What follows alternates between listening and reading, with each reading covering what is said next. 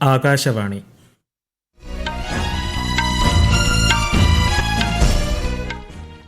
നമസ്കാരം. വാർത്തകൾ വായിക്കുന്നത് ഹരിഷ്ണ.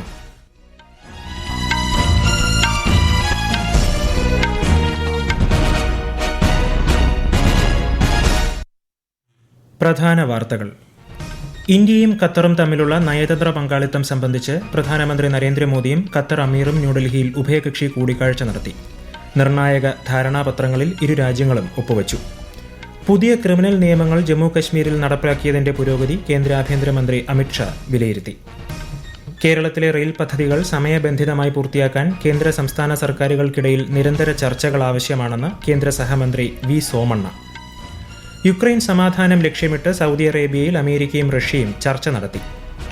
രഞ്ജി ട്രോഫി ക്രിക്കറ്റ് സെമിയിൽ രണ്ടാം ദിനം 418 റൺസുമായി ഗുജറാത്തിനെതിരെ കേരളം ശക്തമായ നിലയിൽ. വനിതാ പ്രീമിയർ ലീഗ് ക്രിക്കറ്റിൽ ഇന്ന് മുംബൈ ഇന്ത്യൻസ് ഗുജറാത്ത് ജയന്റ്സ് പോരാട്ടം. വാർത്തകൾ വിശദമായി. പ്രധാനമന്ത്രി നരേന്ദ്രമോദി ഖത്തർ അമീർ Sheikh Tamim bin Hamad Al താനിയുമായി ന്യൂഡൽഹിയിൽ ഉഭയകക്ഷി കൂടിക്കാഴ്ച നടത്തി.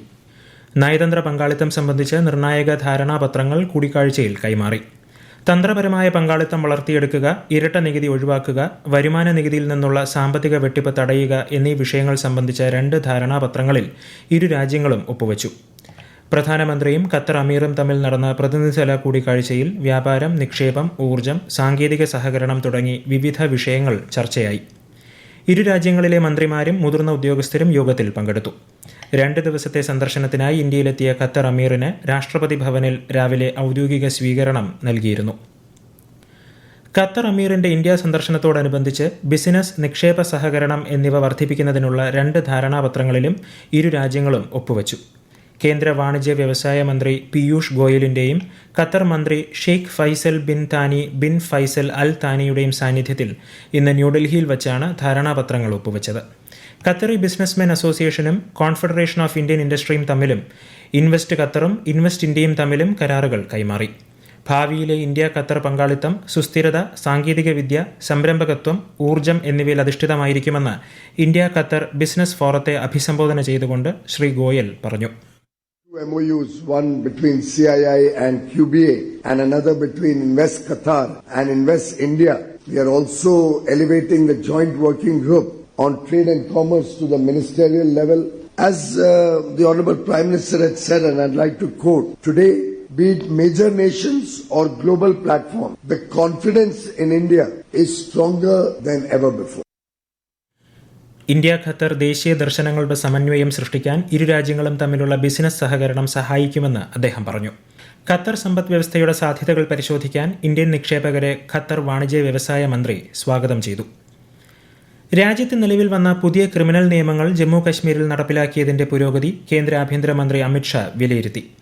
ജമ്മു കശ്മീർ ലഫ്റ്റനന്റ് ഗവർണർ മനോജ് സിൻഹ, മുഖ്യമന്ത്രി ഒമർ അബ്ദുള്ള എന്നിവരുടെ സാന്നിധ്യത്തിലായിരുന്നു അവലോകനം. പോലീസ്, ജയിലുകൾ, കോടതി എന്നിവയുടെ പ്രവർത്തനവും കേന്ദ്ര ആഭ്യന്തരമന്ത്രി വിലയിരുത്തി.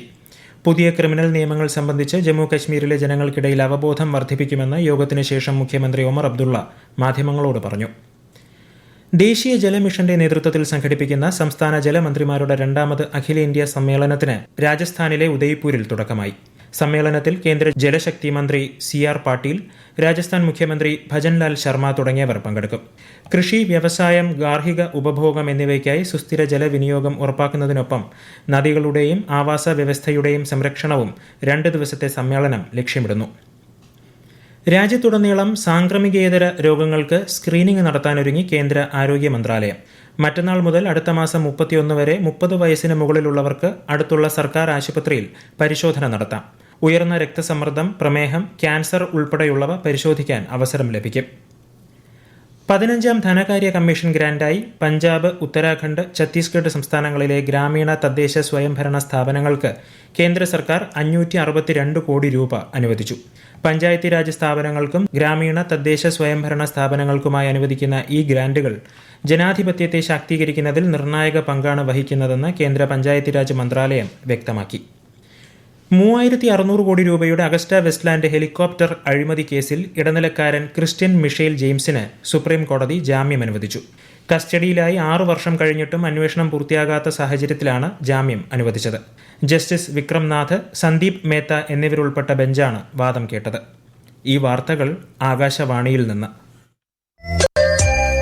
ആകാശവാണി വാർത്തകളും വാർത്താ അധിഷ്ഠിത പരിപാടികളും all India radio news Thiruvananthapuram YouTube ചാനലിലും at all India radio news Thiruvananthapuram Facebook പേജിലും AIR ന്യൂസ് _തിരുവനന്തപുരം ഇൻസ്റ്റഗ്രാം അക്കൌണ്ടിലും at AIR news _TVM X ഹാൻഡിലും ലഭ്യമാണ്.